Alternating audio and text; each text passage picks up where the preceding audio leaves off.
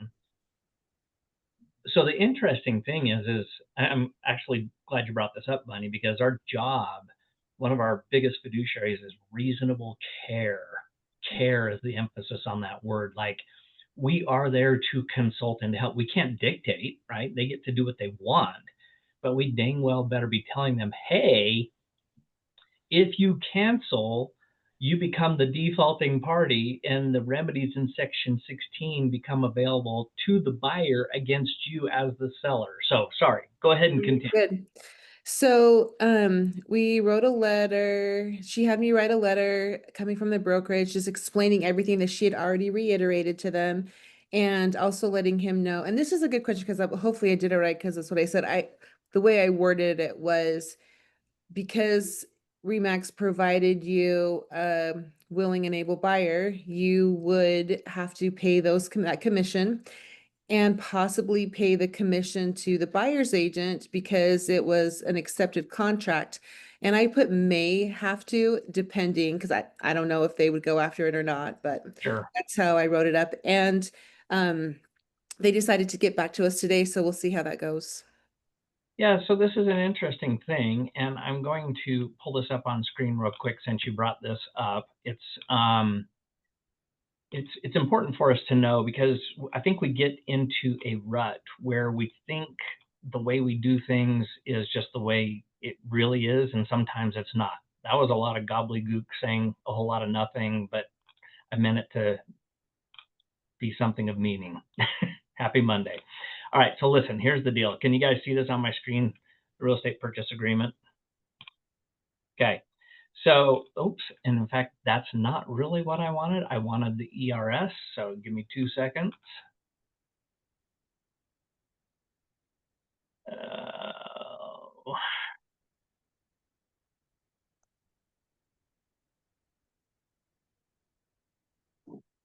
okay, ERS blank. That's what I wanted.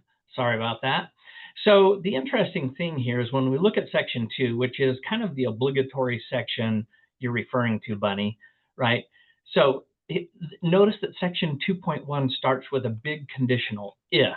So as soon as if is hit, then the condition of this portion of the contract comes into play, right? So if during the listing period, the company, the seller, or the seller's agent, seller, or another real estate agent, or anyone else locates a party who is ready, willing, and able to buy, notice it didn't say did buy, willing and able to buy, lease or exchange, collectively acquire the property or any part thereof at the listing price and terms slated on the data form, or if it's modified in a REPSI, right, to a lower price, the seller, here's the key words. The seller has negotiated with and agrees to pay the company a brokerage fee in the amount. So, Bunny, you're 100% right.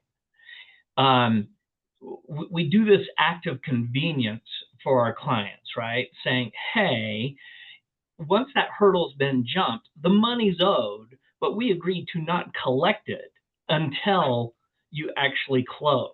Now, if they get in the way and do something to submarine the transaction, that doesn't make this go away, right? We did our job. You signed up with the company and our agent to do a task, and the task was to find somebody ready, willing, and able to buy and to get under contract.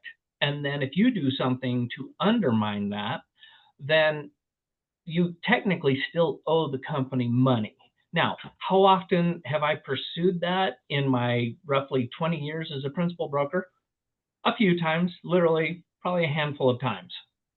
But it's a leverage point, right? When somebody gets a little uppity. Here's the part that I don't understand, Bunny. Maybe you could explain this to me. At the end of the day, I mean, here would be my hope with this seller. It's like, listen, if your concern is you don't think they're going to close, and we passed all the deadlines, right, and the earnest money is vulnerable, why would you send over a notice of cancellation that now puts you as the party that's defaulting on the contract, meaning the seller? Why not wait until the settlement deadline and see if they actually produce the funds? And who cares where it comes from? Who cares if it comes from an IRA, a 401k, cash? I mean, this is a variation on the theme when somebody says, oh my gosh, I have a cash buyer, so we want the house for $20,000 less. And I always have to chuckle a little bit because it's like, is that cash money more green than the cash money that comes from a mortgage company who issues a loan on this? I don't know. I think it's the same currency, but anyway. So that's a good one. That's really a good one. Thank you for sharing.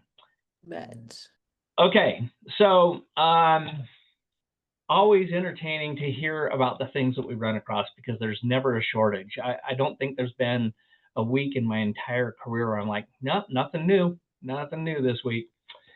All right. I wanted to do just a couple of quick things really quickly on, I guess I'd put it in the category of sharpen the saw. So let me share my screen one more time and drag this over here.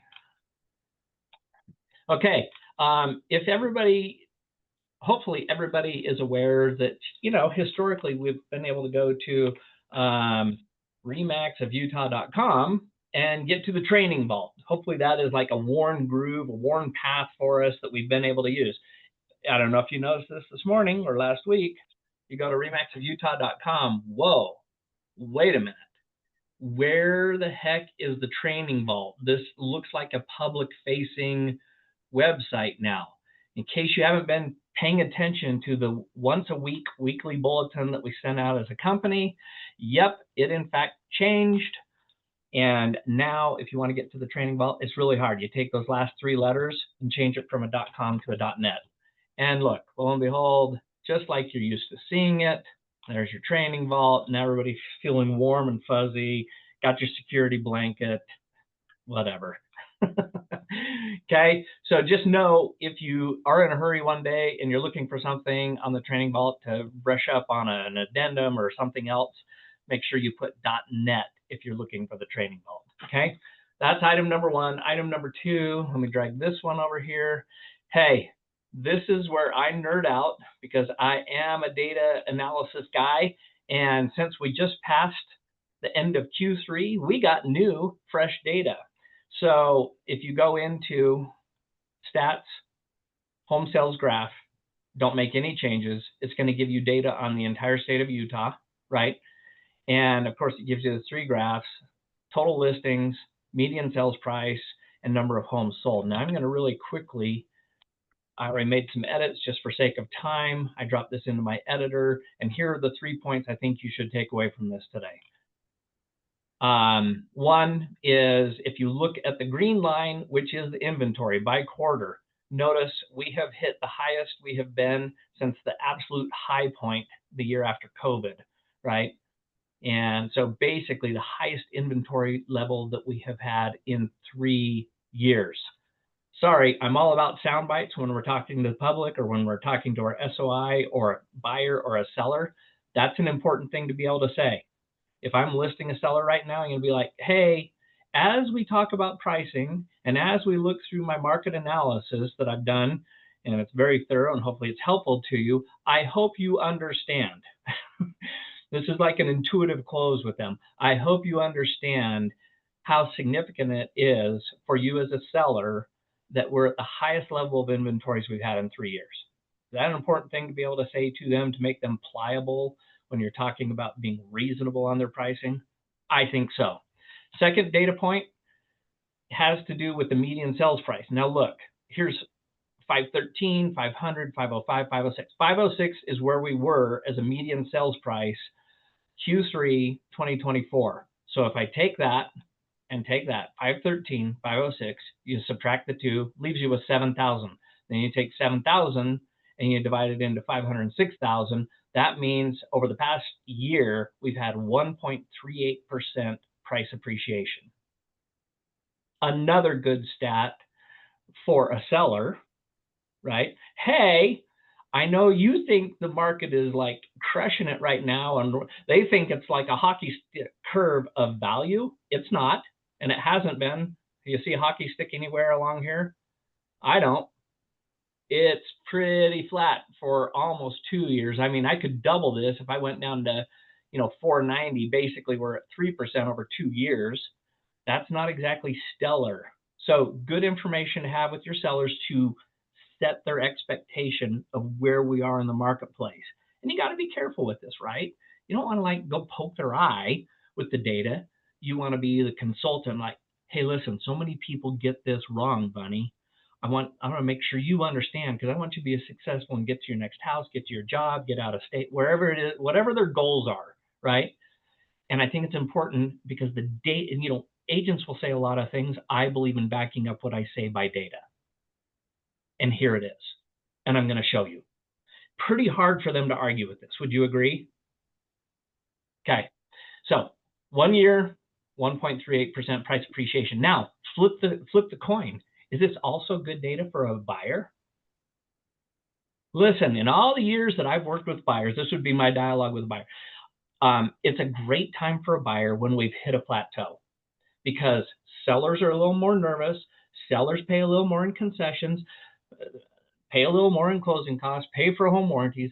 That's all in your benefit. And guess what? When we've been down for a year, real estate never stays down forever. It eventually will go back up again. So what a great time for you to buy. Did I get all nerdy with data, or did I just take the summary of it and give it something emotional and data driven that they can latch on to? That's why we cover this stuff and quote unquote sharpen the saw. All right, last one is the black line, which is the number of homes sold each quarter. We had a pretty good acceleration. If you look at, this jump versus a year ago, we actually increased in homes sold. Why would that be? Rates started to come down a little bit. There's more talk of rates coming down. There's more inventory to choose from, and sellers are a little more motivated. So I don't know. I could use this data point, this third one, both for sellers and for buyers, right? And the key data is, hey, from 1 year ago, Q3 2024, we've had a 7.15 increase in the number of homes sold. Okay. All right. That concludes the nerd stat section. Okay. The things that I wanted to cover today, I was going to pull up my grand syllabus of the things we cover in a 12-month period on contracts and negotiations and show you all the ground that we've covered, but that would be really boring. It's a lot of stuff. We're getting towards the fourth quarter of that data and information. We've done a good job of getting through the REPSI, the key addenda, disclosures, the why to and what for, and different negotiation tactics and how we should address things. Today I want to talk about, because I get a lot of questions about this, two primary things. One is, ever since we had the national settlement in August 2024, I've heard people say, and to a certain degree, I get why they say it, but it's not 100% true, which is procuring cause is no longer a thing. Okay, first of all, we all know what procuring cause is. Got a few heads nodding, a few going, no. And that's totally legit, because that just means you've been good and you haven't been dragged into a procuring cause hearing. So in the past, this is pre-national settlement, August 2024. On the MLS, we had guaranteed compensation, right? We had BAC, if you brought a ready, willing, and able buyer, and we did a deal, you would be compensated. Well, that's great if the ideal world happens, but occasionally what would happen is somebody would insert themselves and steal our client, and then they would go and close on. We're like, whoa, what are you doing? That compensation, the guaranteed 2.75%, 3%, I always do that because, right, we've always run shy of saying there's a industry mandated 3%. There is no such thing. Anyway, then we could take somebody to a realtor hearing through our local association and have a procuring cause hearing. Who was the procuring cause? And it's important that we understand the definition before we go any further. Procuring cause doesn't mean that you were the sole cause. The way that there's actually, I don't have it handy, but there's like a 150-page book the NAR puts out every year on code of ethics, and a big chunk of that has to deal with procuring cause.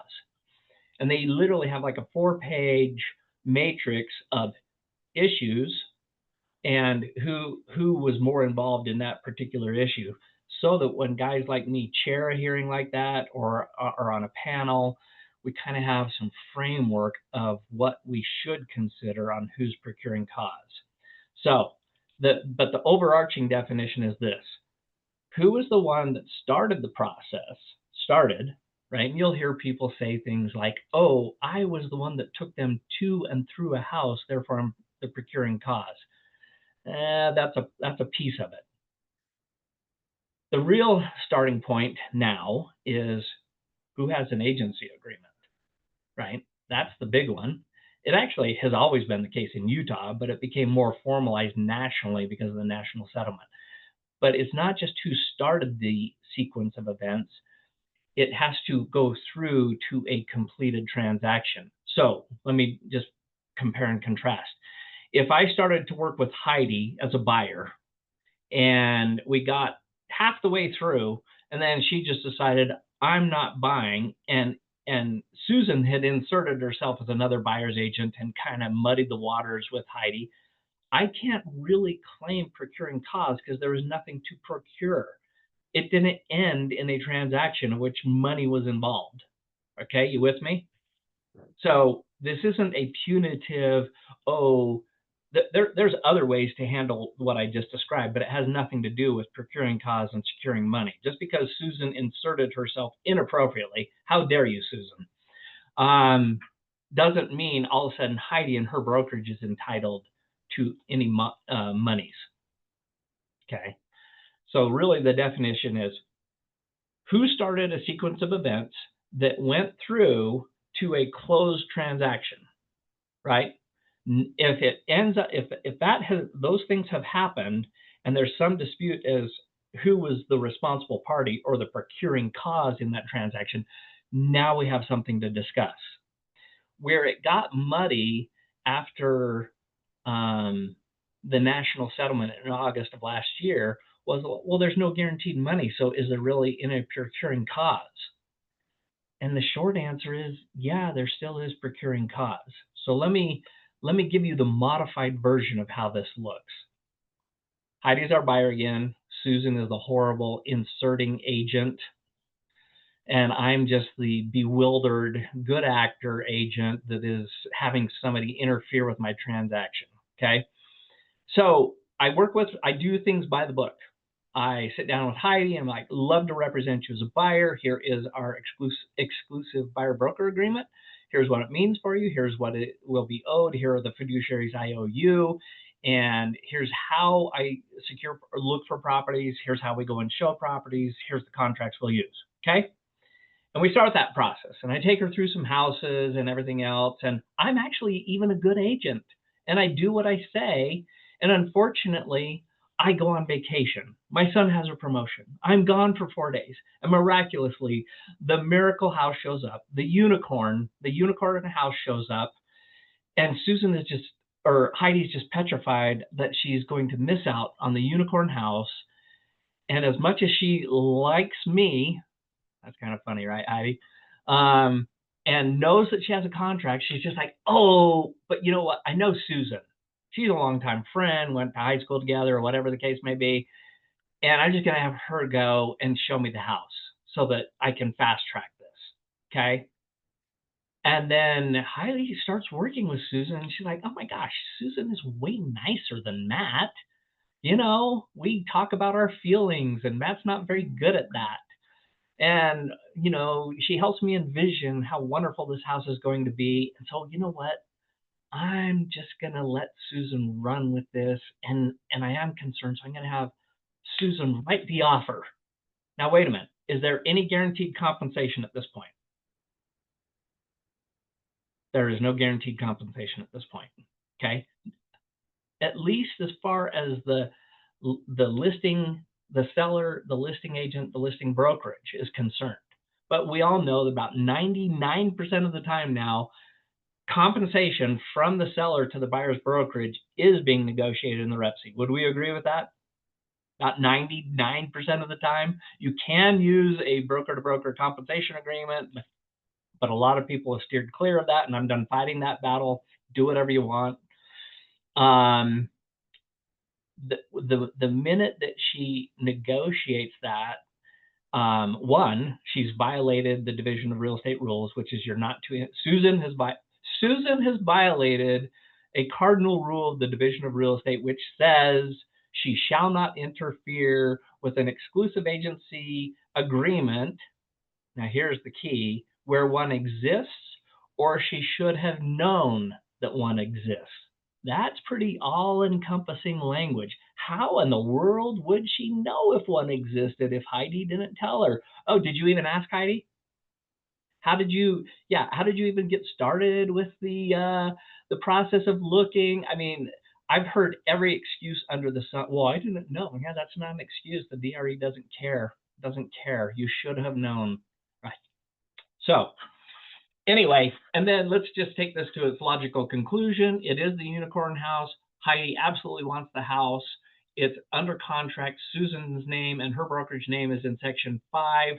And Heidi just ghosts me. Just says, oh, I don't want to have to deal with Matt because I know I signed a contract with him and his company, and he was pretty good, but he doesn't share his emotions. And Susan's just nicer. And I can always just claim that I'm ignorant. I'm the ignorant public. And you think I'm being facetious when I'm saying all this? I'm not inventing this. This is the stuff that I hear on a kind of regular basis. Okay, from the people. And I'm like, what were you doing? Starting to work with Susan? You have a signed agreement with our company, and we could have assigned another agent if Matt was out on a vacation or something. Anyway, at that point, there is procuring cause. Susan's company, because in the REPSI they negotiated 3% from the seller to the buyer's brokerage, that money is now vulnerable because Heidi didn't do anything to interrupt the process, right? Sorry, Matt didn't do anything to interrupt the process.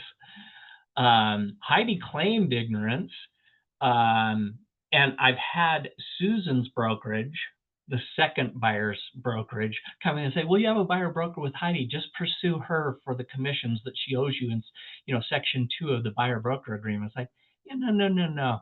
That's not how this works. We were doing what we were supposed to. We were following the DRE rules. We had a contract in place. You should have known it was available in place per the DRE, and you went ahead and worked with our client, our contractual client, and you closed the deal. And our agreement says we're owed 3%. You're now going to pay us, or we come after you, the buyer's brokerage, buyer number 2 brokerage. In that case, there is procuring cause. And the way this goes is you sit in front of a panel of 5. There's one chair. There's 4 other brokers in most cases.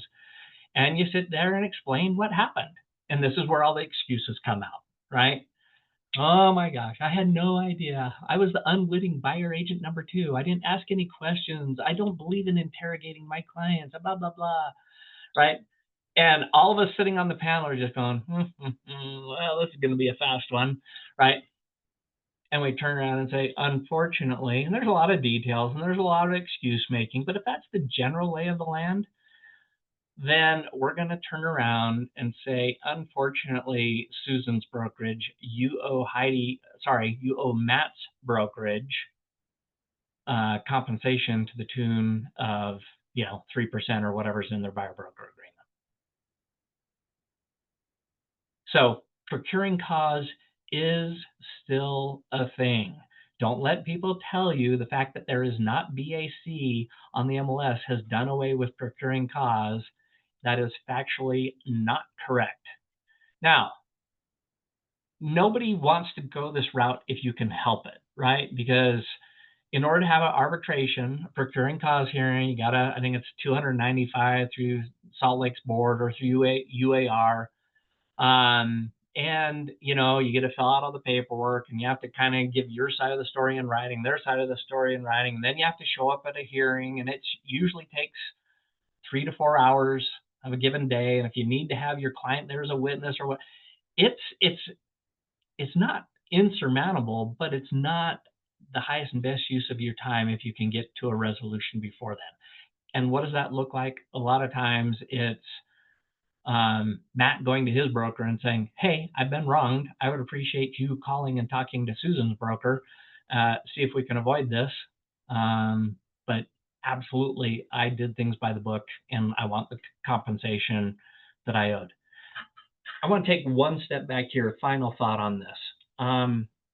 Each one of you in your business and us as a company, I want you to know how I think you should look at it. I know it's how we look at it as a company. If we've got 250 agents, each one of those agents has so many finite spots, slices of time in a given year to fill with prospective clients, right? And I love it when the other side of this issue is so cavalier as to say, what's the big deal? Just let it go. That's like saying, hey, I know you worked for a week in your job and you didn't get paid, but what's the big deal? Just let it go by the wayside. I don't know. My opinion has always been, well, if it's that easy to do, why don't you take a week of your pay and just give it to me? Because it's no big deal, right? It's no big deal. I mean, that's really what you're saying to us. So if it's not that big of a deal, then just do it. I mean, put your money where your mouth is, so to speak, and just pay us. Because that's what you're asking us to do.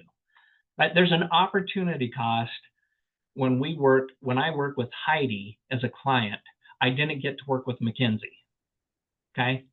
And so it doesn't have to become personal. We run a business, right? Of course, we're personable in our business and we foster relationships, but at the end of the day, you're taking up a slice, and we're going to work hard to make sure that you get the house you want, and we're going to make sure that it monetizes for our agent and for our company. There's nothing wrong about that. There's nothing nefarious. That is what we are in the business of doing. So I hope we're all confident with that. Okay. I wanted to cover, let's see, is there anything I missed on that?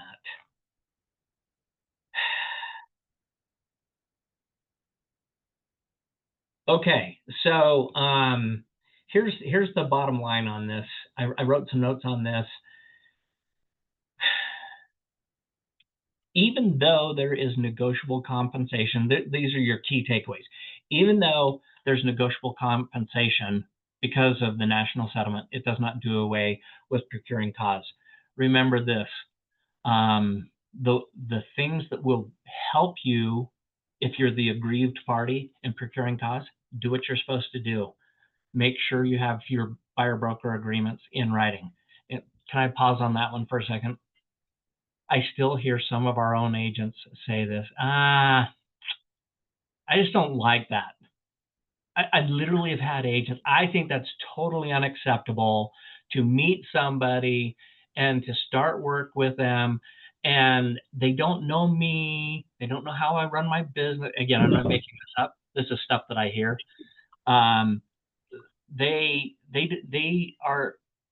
They should be able to figure out who I am first and then figure out if they want to work with me. Okay, anybody ever had any thoughts along those lines? It's okay. It's a safe space.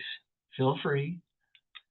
It is. It's kind of natural, right? It's kind of like, I'm asking somebody to sign kind of a short-term marriage with me and my company in the pursuit of a house, and they don't even know me yet. All right. I'm now going to turn this back. I'm going to turn this back to you guys. What are some of the strategies you employ to overcome that?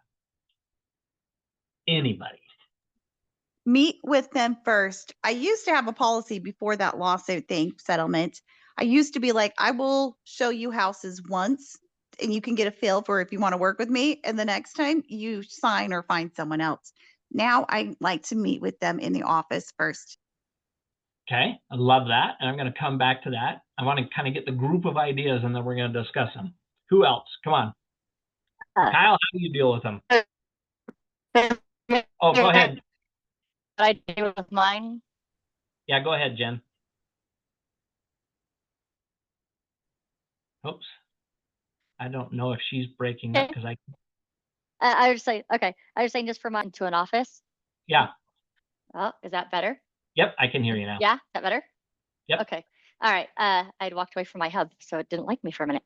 So for mine, what I do is I meet with my clients either phone or FaceTime or in person, whatever they could do first. We talk for a minute. We pick out the first 5 houses they want to go see. They sign a buyer broker with me for those first 5 only. After that, if they want to continue working with me, then we sign a 3-month one. And then I explained to them, I want them to work with me because they want to, not because they have to. If they even tell me they hate my shoes, great, I'll let you out. So that way they don't feel like they're stuck.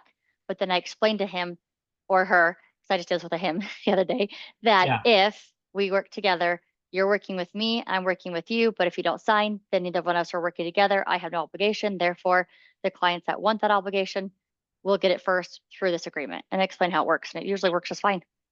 I like that. So here's what I like about that.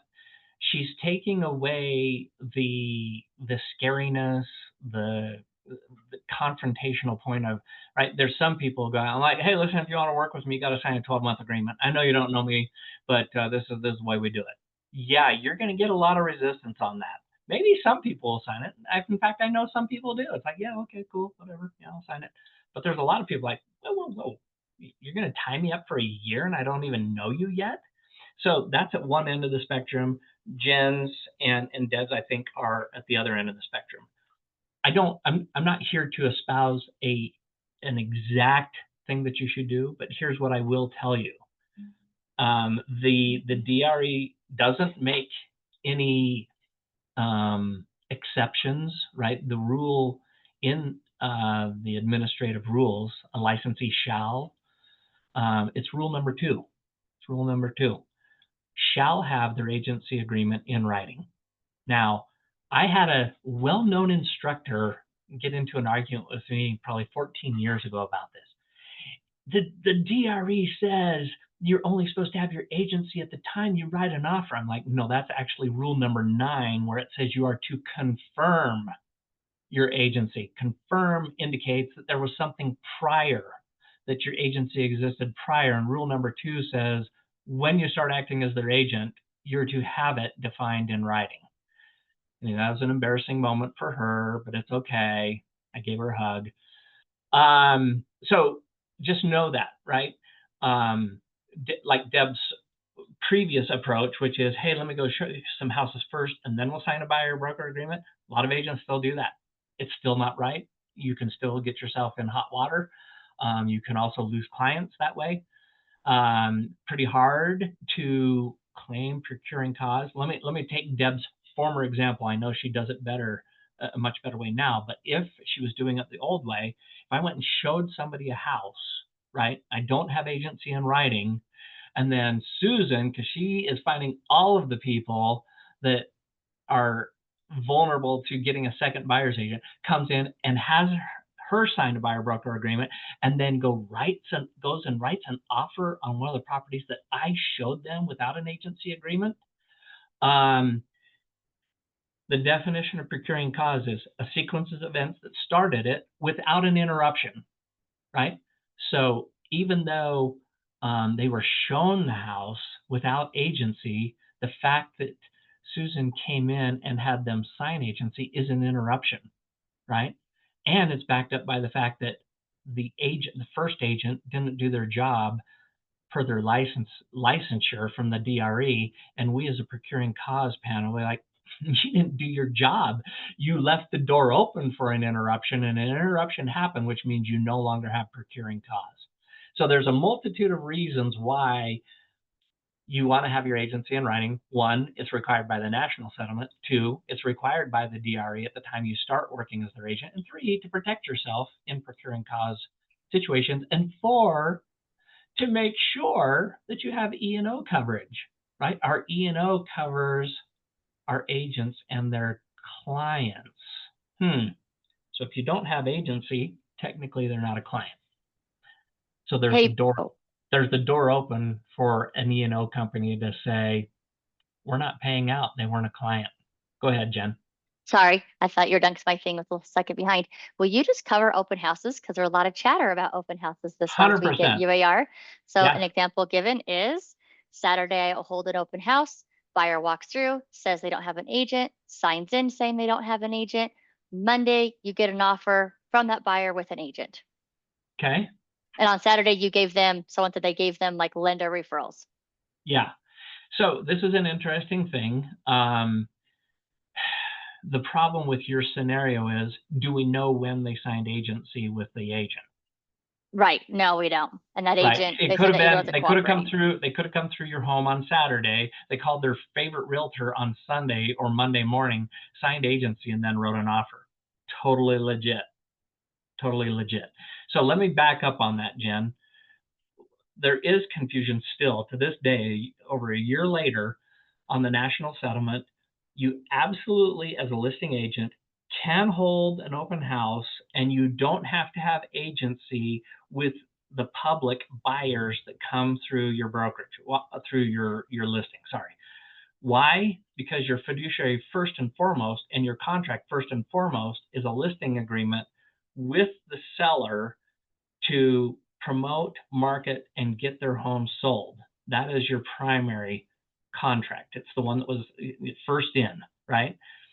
The question comes up like, well, I thought we can't work with buyers if we don't have agency. That's true. You can't work with them as an agent, but the state, and that you can talk to the UAR attorneys about this, even nationally, this has been discussed.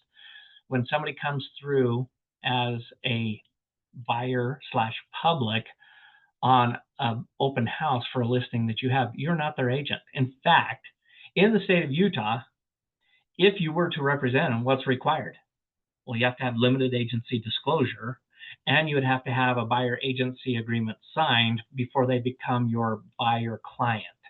So that's why you can do an open house, let the public see the house, and you're not putting yourself in jeopardy of the national settlement, because technically you don't have agency with them until limited agency is signed and a buyer agency agreement is signed. Okay. And one of the agents, and because there's a bike coach just standing there just talking about it because they were confused by it, obviously. And I just kept saying, well, this is what Matt's told us. This is what he's told us. So one of them is now saying before she allows an open house to happen, she's going to have her sellers sign something stating they're okay with her doing limited agency. And then as the buyers walk through, she was going to have them sign a limited agency form before she'd let them walk through the open house. And I was trying to explain, well, Yeah. how does that service your buyer or seller? How does that service this Yeah. person? So I felt like that was a really muddied water type of Yeah. deal. I agree. That's there's a number of issues with that. Not enough time to cover on this call, but listen, here's the thing. I like your approach. At least start a paper trail. If somebody comes through, be like, hey, would you mind signing in? My seller wants to know people that have come through, and we want to make sure if you have an agent, we know about it. Do you have an agent? Yes, no, right? Okay, yeah, and go ahead and sign in here. That at least starts the paper trail that helps us. If an offer does come through, is it legit for us to go, hey, I'm confused. Bob Jones came through and he said he didn't have an agent. And then the next day I'm getting an offer from you. When was your buyer broker agreement with him signed? Is that legit to ask? Yes. Does it solve anything per se? No. Could it be procuring cause-ish? Yes. Could you use that as some leverage to be like, hey, listen, no offense, but not only did I take them through the house and they said they didn't have an agent, and I got them hooked up with my lender and he's done a pre-approval letter and this, that, and maybe we work something out on a referral fee. We've had that happen a number of times. It works. We also have had people like, nope, my client, and then we have to figure out how badly we want to fight with them, over a procuring cause type situation. So, okay, let's move on. I'm pulling up my app here so I stay on task here. Timer. Of course, we'll hear the Hunger Games song when time is up. I have 15 minutes. Okay. The last one is the Code of Ethics. And no, I am not going through all 17 articles in the Code of Ethics. What I wanted to do is, according to NAR, the four most common ones, and I tend to agree because I've sat on professional standards hearing boards for 15 years, something like that, and talk briefly through these. So the first one, let me see if I can share my screen here. Share, go to Code of Ethics. Okay, I'm going to zoom in a little bit more, and I'm going to ask somebody. Julie, would you mind unmuting and just quickly read Article 1 for me? They're highlighted in yellow. Sure. When representing a buyer, seller, landlord, tenant, or other client as an agent, realtors pledge themselves to protect and promote the interests of their client. This obligation to the client is primary, but it does not relieve realtors of their obligation to treat all parties honestly. When serving a buyer, seller, landlord, tenant, or other party in a non-agency capacity, realtors remain obligated to treat all parties honestly. Okay. Amended 101. They had to amend that? Yeah. Yeah. Well, it's been 24 years, so, Sure. you know, not a lot of amending. Here's the thing. In all of the years that I've done pro standards hearings, right,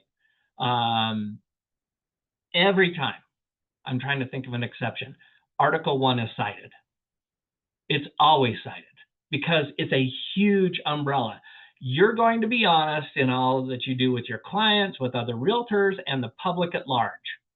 Pretty much give me a situation where that doesn't apply if you're having a code of ethics hearing. It's going to be one of those three parties. And so this one is always cited, okay? And it's important because you've got to be better yet, let me give you some of the notes I wrote down here as the things that run afoul of this. Not disclosing multiple offers on a property. Wait a minute. Are we required to disclose if there's multiple offers? This is an interesting one because I get this question a lot. Come on, somebody weigh in. I don't know why you wouldn't, because if it's going to be helping your client, you would want to do it because you're looking out for your client's best interest. And I don't see a situation where it wouldn't be helping your client. And I have to apologize. I misread my own note. Not disclosing multiple offers properly, not on a property, properly. Okay.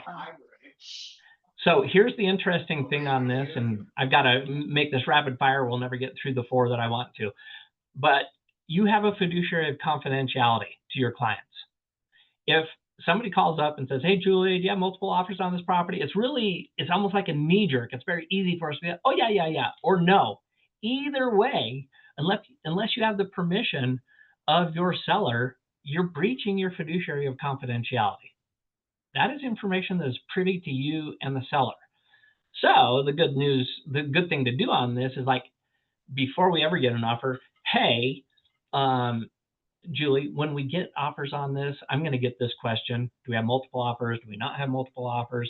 Do you want me to say you as the seller don't want me to disclose? Or are you okay with saying, yes, we do, or no, we don't? We don't have to say how many. We don't have to anything like that. We don't say what the amount is or anything like that, but at least give me permission to say, yes, we do, no, we don't. Right? And I would try and memorialize that in a text or an email or something like that. That would be the good practice. Okay, second one, advertising sold listings without permissions. Holy cow, how many times do we see this? So I don't try and be like a jerk, but I kept at my own house, this agent down in Springville was sending out this really well put together brochure. And it was sold from a bunch of other brokerages with the sell prices and everything.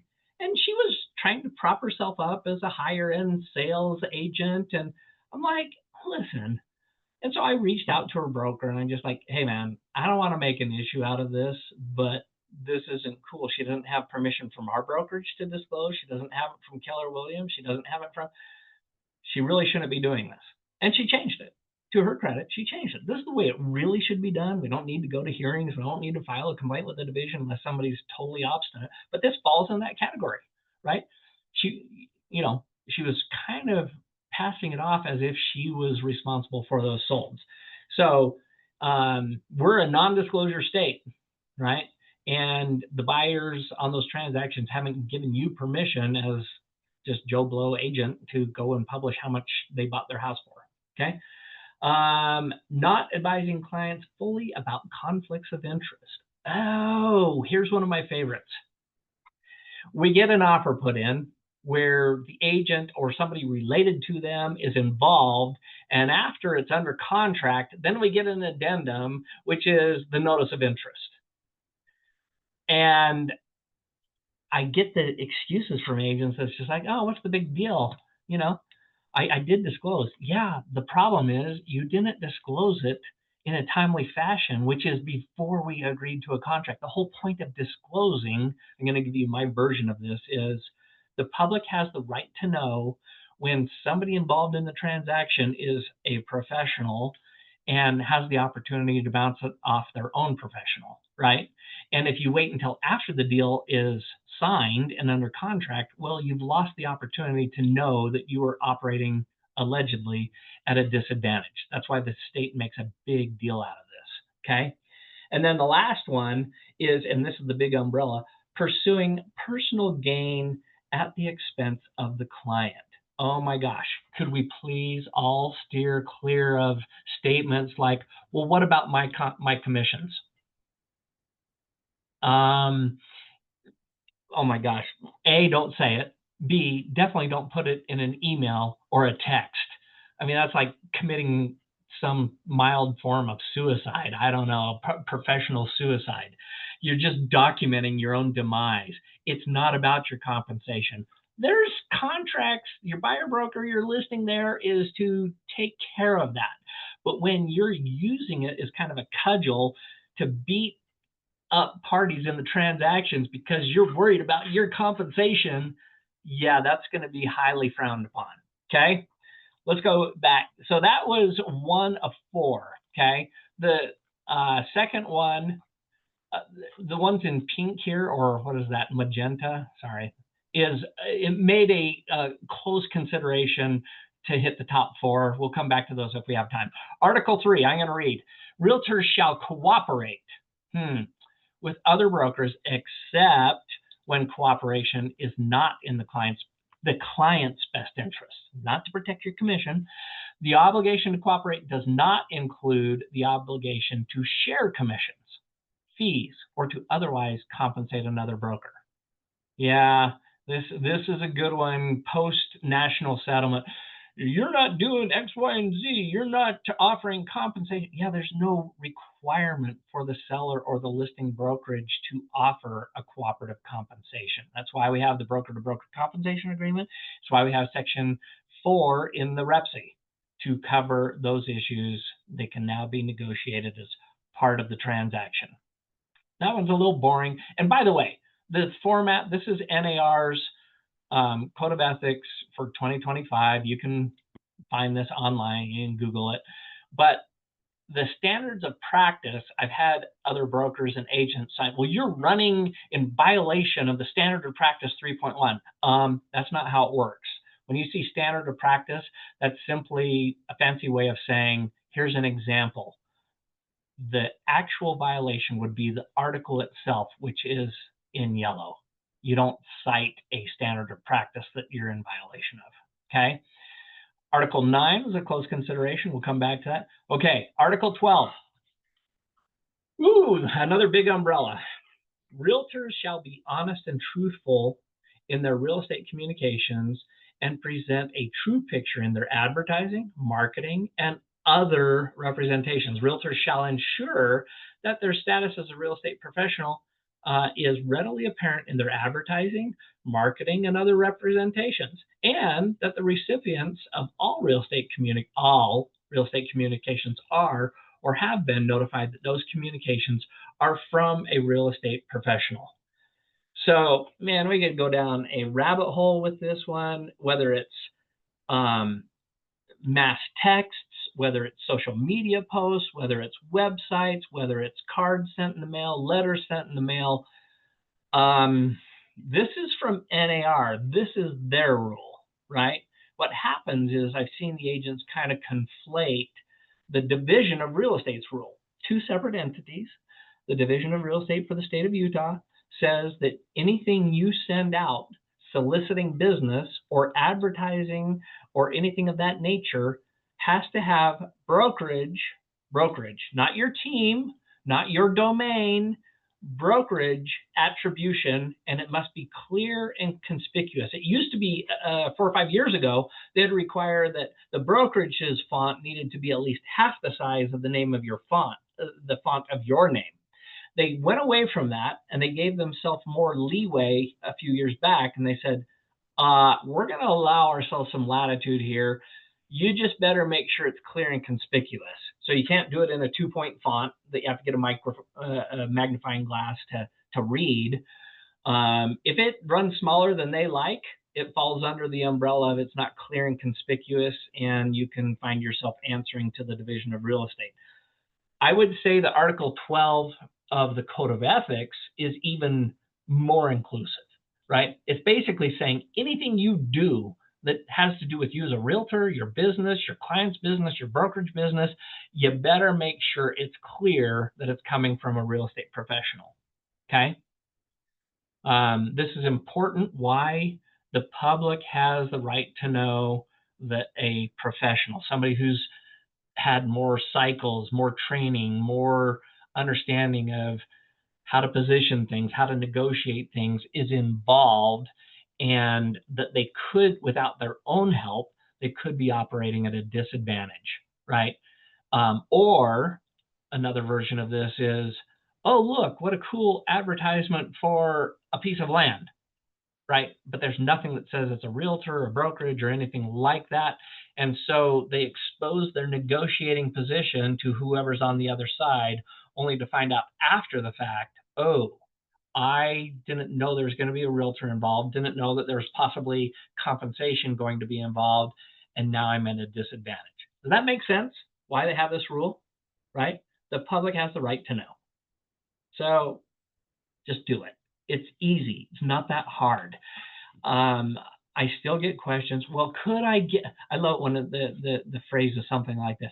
Could I get away with? I'm like, oh, can we just get away from get away with? The premise is bad at the beginning. If you're trying to figure out what you can get away with, you're probably starting off on the wrong foot. Okay.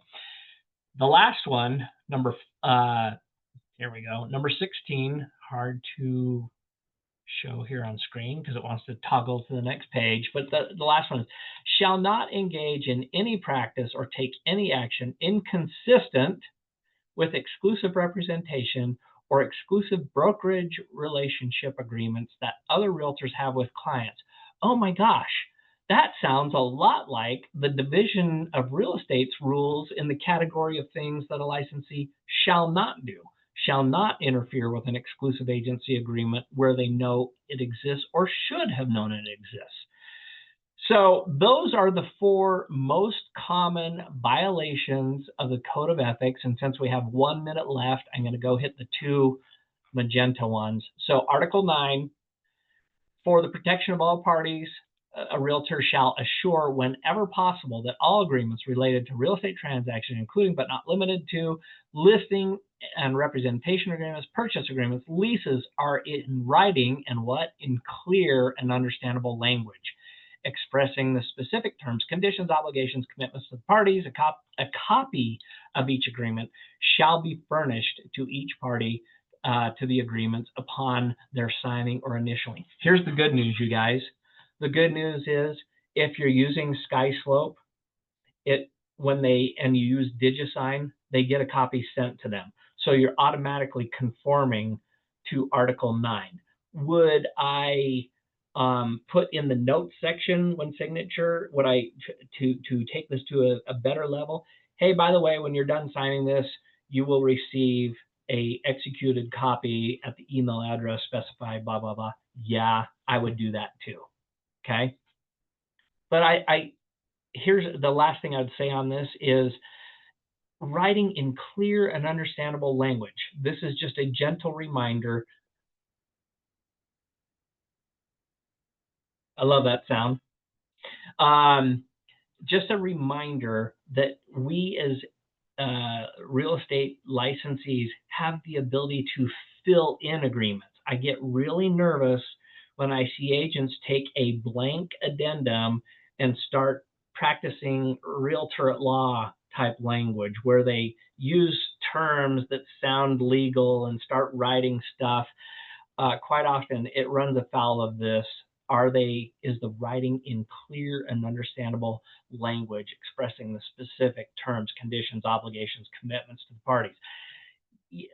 We're, as an industry, we're just not really that good at writing our own language. Okay, last one. Article 2, realtors shall avoid exaggeration, misrepresentation, or concealment of pertinent facts relating to the property or to a transaction.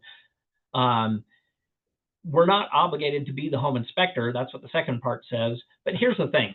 The most common one on this, you guys, is like seller's disclosures. If we're representing a seller, and it could be on the buyer side too, but if a seller goes to us and says, hey, I had some of the trusses cut out in the attic, but I haven't had any problems with it, and I doubt anybody's going to raise an issue.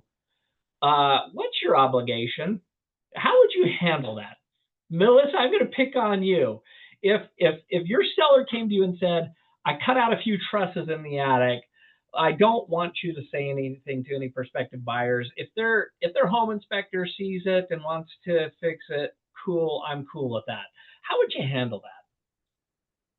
Well, I would let them know that that would be me breaking the law or the rules, that I have to be ethical, and that breaks my license rules, that I could lose my license, and that I would need to be honest with any and everybody, just like I would be with them as well.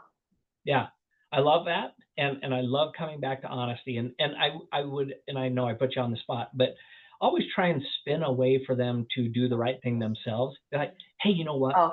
I can understand potentially in your mind why you wouldn't want to share that, but can I tell you a potential pitfall? And I'm going to explain, oh my gosh, if their home inspector does come out and sees that and we didn't disclose it on seller's disclosures, all of a sudden all trust is gone, the deal could fall apart. We absolutely don't want to do that. Not only that, and here's where I'm going to drop the bomb. Unfortunately, as a licensee, the state tells me if I know that there's something materially wrong with a property and you as a seller don't disclose it, I actually have an obligation to disclose it. So knowing that, let's get ahead of the curve, right? Either let's get the trusses repaired, or let's put it in the seller's disclosures and say why it was done, and and then wait and see if they want to do a repair on that or whatever the case may be. And it may not be trusses. That's pretty extreme. It could be a crack in the foundation. It could be whatever. But once we become aware, if it is material to the property and the seller doesn't want to disclose, yeah, we do. We have an obligation to disclose. So always try and come back and paint a picture of why they should do it the right way, and then follow it up with a because I'm going to have to disclose, right? My licensure requires that. So, all right, you guys. Well, I know that's a lot of ground to cover. I appreciate you guys participating and sharing your experiences. I hope this is helpful for you. I hope that you can avoid procuring cause issues and code of ethics issues. But if you ever do find yourself in that situation, or where you want to file either one of those, please come have a chat with me. I hope to steer you the right way. I won't talk you out of it if you have a legitimate claim, but I will make sure you understand what's involved and the amount of lift that it will take to get it done. And sometimes it is worth the lift. So I hope you guys have a great week, and thanks for being on the call, and we'll talk to you soon. Thanks. Bye. See ya.